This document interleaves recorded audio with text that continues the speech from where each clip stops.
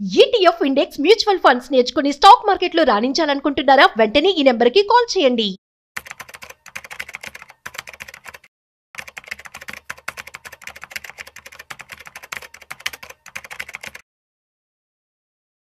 నమస్తే, welcome to Vishnu talks. నేను విష్ణు. ప్రస్తుతంతో పాటు senior stock market analyst Sundara Rao Reddy గారు ఉన్నారు. సార్తో మాట్లాడదాం. సార్ నమస్తే. సార్ నమస్తే సార్. సార్ సుందరరావు రెడ్డి గారు, రష్యా భారత్ ఈ రెండింటికి ఫస్ట్ నుంచి కూడా సత్సంబంధాలు ఉన్నాయి. అంటే వాణిజ్యపరంగా దౌత్యపరంగా కొన్ని సంవత్సరాల పాటు నుంచి రెండు మంచి మిత్ర దేశాలు. బట్ ఇప్పుడు ఎందుకు ఆల్ ఆఫ్ సడన్గా రష్యా నుంచి చమురు కొనుగోలు చేయడానికి మన ఇండియన్ కంపెనీస్ అంత ఆసక్తిగా లేవంట. రష్యా నుంచి చమురు కొనుగోలు కూడా బంద్ చేశాయంట. ఏంటి అసలు కారణాలు? మరి ఈ ఇంపాక్ట్ మార్కెట్స్ని ఏదన్నా ఇంకా నెగటివ్లోకి తీసుకెళ్లే అవకాశం ఏదైనా ఉందంటారా చమురు కొనుగోలుకి సంబంధించి? రైట్. సో ఇప్పుడు ఇక్కడ అమెరికా వాళ్ళు రీసెంట్గా రష్యాలోని top most 2 state government companies మీద బ్యాన్ చేశారండి. ఎవరైనా సరే ఆ కంపెనీ కానీ లేదా సబ్సిడీ నుంచి కానీ ఆయిల్ కొంటే వాటి మీద శాంక్షన్లు విధిస్తారనమాట. ఓకే. అందుకని ఈవెన్ చైనా వాళ్ళు కూడా ఆపేశారు. అంటే ఇండియా వాళ్ళు కూడా రేపు డిసెంబర్ నుంచి ఆపబోతున్నారు, ఇంకా ఆపలేదు. నవంబర్ 21 నుంచి ఎఫెక్ట్ అవుతాయి అన్నమాట యూఎస్ శాంక్షన్స్. ఆ తర్వాత కొన్నాళ్ళకి ఎఫెక్ట్ అవుతారు అనమాట. వీళ్ళు ఆల్రెడీ డిసెంబర్లో పాటికి ఆర్డర్లు ఇచ్చేసారు ఆల్రెడీ. అంటే అప్ టు డిసెంబర్ వరకు రష్యన్ ఆయిల్ ఇండియాకి వస్తుంది. ఆ తర్వాత స్లో అవ్వచ్చు. బట్ గుర్తుపెట్టుకోవాలి, మనం తీసుకునే టోటల్ ఆయిల్ 1.5 మిలియన్ ఎంబీస్ కొంటున్నాం వాళ్ళ దగ్గర నుంచి. అందులో 1.2 వరకు ఎఫెక్ట్ అవుతుంది. Rest of the pack effect అవ్వదు. కాకపోతే షాడో రూపంలో ఎంతకంత పంపిస్తారు, వేరే పేరు పెట్టేసి అనమాట.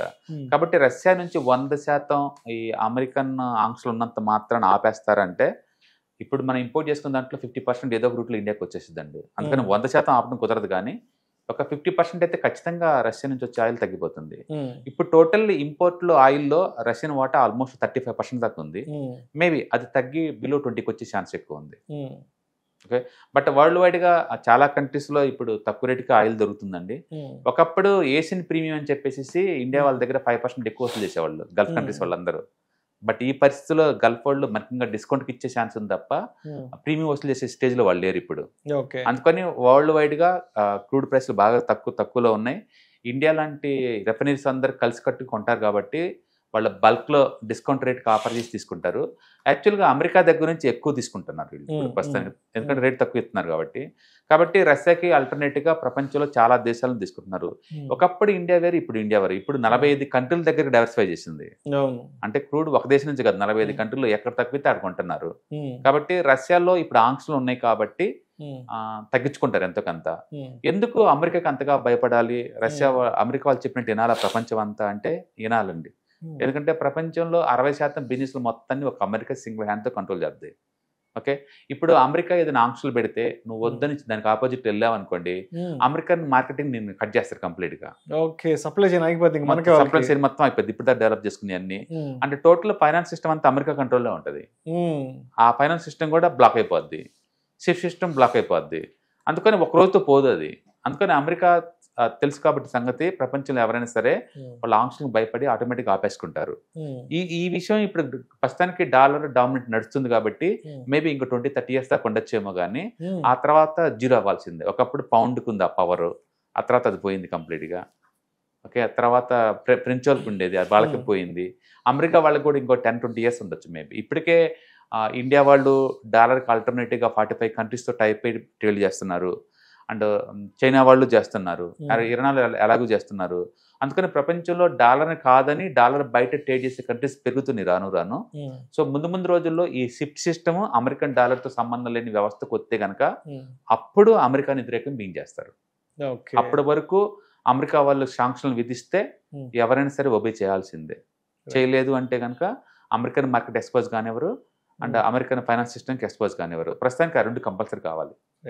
అయితే ఇప్పుడు అక్కడ చమురు కొనుగోలుకు సంబంధించి అంటే ఫర్దర్గా ఏదన్నా సప్లై చైన్కి డిస్టర్బెన్స్ ఏర్పడితే ఇక్కడ మనకి గ్యాస్ అండ్ పెట్రోల్ ప్రైసెస్ ఏదైనా పెరిగే అవకాశం ఉందంటారా? అదేవిధంగా ఆ సెక్టార్కి సంబంధించి ఏదన్నా కొంత ఒడిదుడుకులు వచ్చే అవకాశం ఏదైనా ఉందా? డెఫినెట్గా ఒడిదుడుకులు ఉంటాయండి. ఎందుకంటే ప్రపంచంలో 2nd biggest country oil consumption India వాళ్ళు, చైనా తర్వాత. అండ్ రష్యా నుంచి డైరెక్ట్గా తీసుకోవటం కుదరదు కాబట్టి షాడో రూపంలో తీసుకుంటారు. షాడో అంటే ఆ కంపెనీ వేరే సబ్సిడీస్ అమ్ముతుంది, వాళ్ళ దగ్గర నుంచి మనల్ని కొంటారు. అంటే రష్యా నుంచే వస్తుంది, బట్ వాళ్ళు అమెరికన్ వాళ్ళు బ్యాన్ చేసిన కంపెనీ నుంచి రాదు, వేరే కంపెనీ నుంచి వచ్చింది. బట్ ఇంత ముందంత రాదు, ఇంత ముందంత ఆయిల్ రాకపోవచ్చు. కాబట్టి డెఫినెట్గా ఇండియాకి లాస్ట్ 3-4 ఇయర్స్ నుంచి వచ్చే చీప్ ఆయిల్ కాస్తే తగ్గిద్ది, అందులో డౌట్ లేదు. ఇన్ఫ్లేషన్ ఎంతకంత పెరిగిద్ది అండ్ ఓవరాల్గా ఆయిల్ రేట్ ఎంతకంత పెరగబోతుంది, అదైతే గ్యారంటీ. అయితే ఇండియా టూ మచ్ ఎఫెక్ట్ అయ్యి అంత రేంజ్ అయితే కాదు. ఫర్ ఎగ్జాంపుల్ నయనా ఎనర్జీ వాళ్ళు ఉన్నారు, వాళ్ళ మీద ఆల్రెడీ శాంక్షన్ ఉన్నాయి. వాళ్ళ మీద ఆల్రెడీ ఎప్పటి నుంచో యూరోప్ అండ్ అమెరికా వాళ్ళు ఇద్దరు దాని మీద శాంక్షన్లు పెట్టారు. వాళ్ళు ఎట్టాగు అమెరికా రష్యన్ ఆయిల్ కొంటాయి, ఇండియాలో రిఫైనరీ చేస్తారు, ఇండియాలోనే ఆయిల్ బంకులు అమ్ముతారు. వాళ్ళు అసలు ఎఫెక్ట్ ఏముంది వాళ్ళకి, వాళ్ళు ఏం చేయలేరు ఇంకా. అందుకని ఇండియాకి రష్యా నుంచి ఆయిల్ ఖచ్చితంగా ఆగిపోదు. కాబట్టి ఇండియాలో ప్రాసెస్ చేసి వీళ్ళు వేరే కంట్రీకి అమ్మాలంటే మాత్రం అమ్మలేరు అంతే.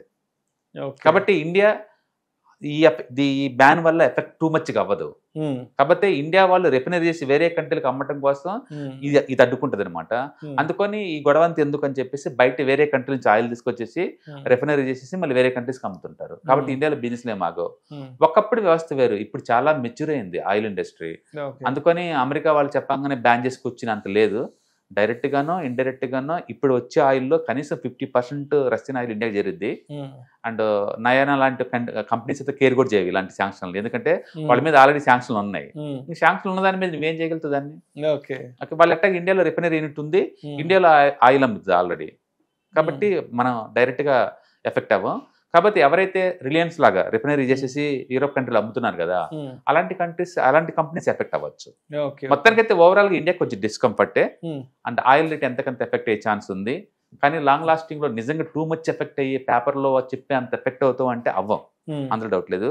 రెండోది, ఇలాంటి శాంక్షన్లు పెట్టే కొద్దీ ఆల్టర్నేటివ్ రూట్లో బిజినెస్ టైప్స్ ఎక్కువ అవుతాయి. ఎగ్జాంపుల్ మన వాళ్ళు యూరియాకి ఇండియా ఎప్పుడు ఇంపోర్ట్ చేసుకుంటూ ఉంటుంది వేరే కంట్రీస్లో. అసలు పర్మనెంట్ సొల్యూషన్ కింద మన వాళ్ళే రష్యాతో టైప్ అయ్యి రష్యాలో ఒక పెద్ద ప్లాంట్ కట్టబోతున్నారు. ఇంకెప్పటికీ ఇండియా వాళ్ళు ఏ దేశం నుంచి ఇంపోర్ట్ చేసుకోలేనంత యూరియాని తయారు చేయడం కోసం గవర్నమెంట్ కంపెనీ వాళ్ళు అక్కడ ప్లాన్ చేస్తున్నారు. రేపొద్దున ట్రంప్ డిసెంబర్లో ఇండియాకి వస్తున్నారు, వచ్చినప్పుడు సైన్ చేసే ఛాన్స్ ఎక్కువ ఉంది. రెండోది, డిఫెన్స్ పర్మనెంట్గా రష్యా వాళ్ళతో టైప్లు అవుతున్నారు జాయింట్ వెంచర్స్తో మ్యానుఫ్యాక్చరింగ్ చేసుకోవడానికి. అలాగే రేర్ ఎర్త్ మెటీరియల్ ఎక్స్ప్లోరేషన్లో కూడా రష్యా వాళ్ళ టెక్నాలజీ వాడబోతున్నారు.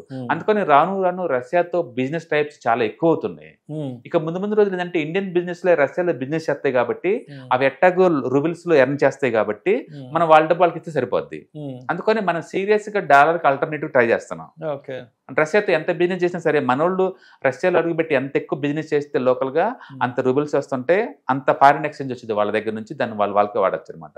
అందుకని petrochemicals and oil and gas and fertilisers and military hardware and earth rare earth materials ఇలాంటి అన్నిటిలో డెఫినెట్ గా మనం ముందుతో పోల్చుకుంటే 100 రెట్లు మనం అప్ కాబోతున్నాం అనమాట మన టెక్నాలజీని.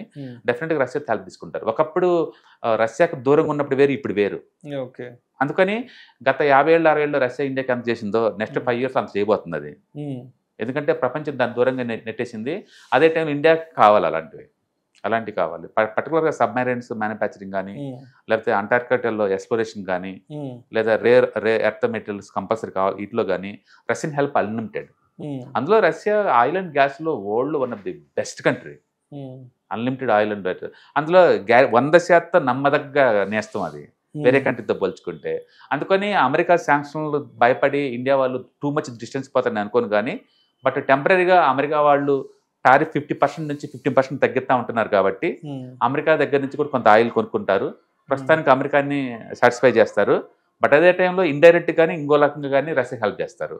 అందుకని రష్యన్ మీద ఎన్ని బ్యాన్లు పెట్టిన అమెరికా వాళ్ళు రష్యన్ ఎకానమీ గుల్లవుద్దని అనుకోవట్లేదు. వాళ్ళు జస్ట్ ఫోకస్ చేస్తుంది ఈ 2 పెట్రోల్ కంపెనీస్ మీదే. బట్ వీళ్ళు ఇండైరెక్ట్ ఇంకో పెట్రోల్ కంపెనీస్ కొంటారు రష్యాలో వాటిలోంచి, మళ్ళీ దాన్ని బ్యాన్ చేసే బదులు ఇంకో దాన్ని తోలిపోతారు. అట్లా 1 రేట్లో ఇంకో రేట్లో, ఎందుకంటే తక్కువ రేటు అమ్ముతున్నారు కాబట్టి. అందుకని ఇండియాలో ఏ కంట్రీ వాళ్ళు తక్కువ రేటు కమ్మినా వీళ్ళు కొంటారు రెడీగా ఉన్నారు. అలాంటప్పుడు రష్యా ఏంటి, ఇంకో కంట్రీ ఏంటి? అండ్ రష్యాకి హెల్ప్ చేద్దాం నువ్వు అనుకుంటే ఆయిల్ అండ్ గ్యాస్ కాకుండా మిలిటరీలో కూర్చుంటారు. మిలిటరీ బదులు ఫర్టిలైజర్స్ లో హెల్ప్ చేస్తారు. వాళ్ళకి డబ్బు కావాలి, మన వాళ్ళకి టెక్నాలజీ కావాలి. కాబట్టి ఈ అమెరికా వాళ్ళ శాంక్షన్ నిజంగా ప్రపంచంలో అన్ని కంట్రీస్ సఫర్ అయ్యే స్టేజ్లో ఉంది అంటే 1970, 1980లో అది అవుద్దండి. ఇప్పుడు 2025లో ఉన్నారు. ఎవరు ఏ కంట్రీని ఏం చేయలేరు. ఇప్పుడు చిన్న కంట్రీ ఇరాన్లో ఏం చేయలేకపోయారు వాళ్ళు. రష్యా లాంటి పెద్ద ఎకానమీ ఏం చేయలేరు వాళ్ళు. అందులో చైనా ఇండియా సపోర్ట్ ఎట్టాగో రష్యాకు ఉంటుంది, డైరెక్ట్ గా ఇండైరెక్ట్ గానీ. అందుకని వీళ్ళు అతిగా అనుకునే అంతేం ఉండదు. Thank you sir, thank you so much. Hi, నేను మీ సుందర రామిరెడ్డి. ఈ వాలటిలిటీ మార్కెట్లో మనీ ఎలా మేక్ చేయాలని ఆలోచిస్తున్నారా? అంటే స్టాక్ మార్కెట్ బాగా బ్లీడ్ అవుతున్న ఈ టైంలో పోర్ట్ఫోలియోస్ అన్ని కూడా బ్లీడ్ అవుతున్నాయా? అండ్ ఈ వాలటిలిటీని ఎలా హ్యాండిల్ చేయాలి? లాంగ్ టర్మ్‌లో మంచి పోర్ట్ఫోలియో ఎలా బిల్డప్ చేయాలో ఆలోచిస్తున్నారా? అలాంటి వాళ్ళ కోసమే ఈ వెబినార్. రాబోయే ETFs, index funds and mutual funds వెబినార్‌లో పార్టిసిపేట్ చేయండి. మీ నాలెడ్జ్ పెంచుకొని రిస్క్‌ని మినిమైజ్ చేసుకోండి. స్టాక్ మార్కెట్‌లో ఉన్న ఇలాంటి వాలటిలిటీని ఎలా హ్యాండిల్ చేయాలో తెలుసుకోండి. Thank you.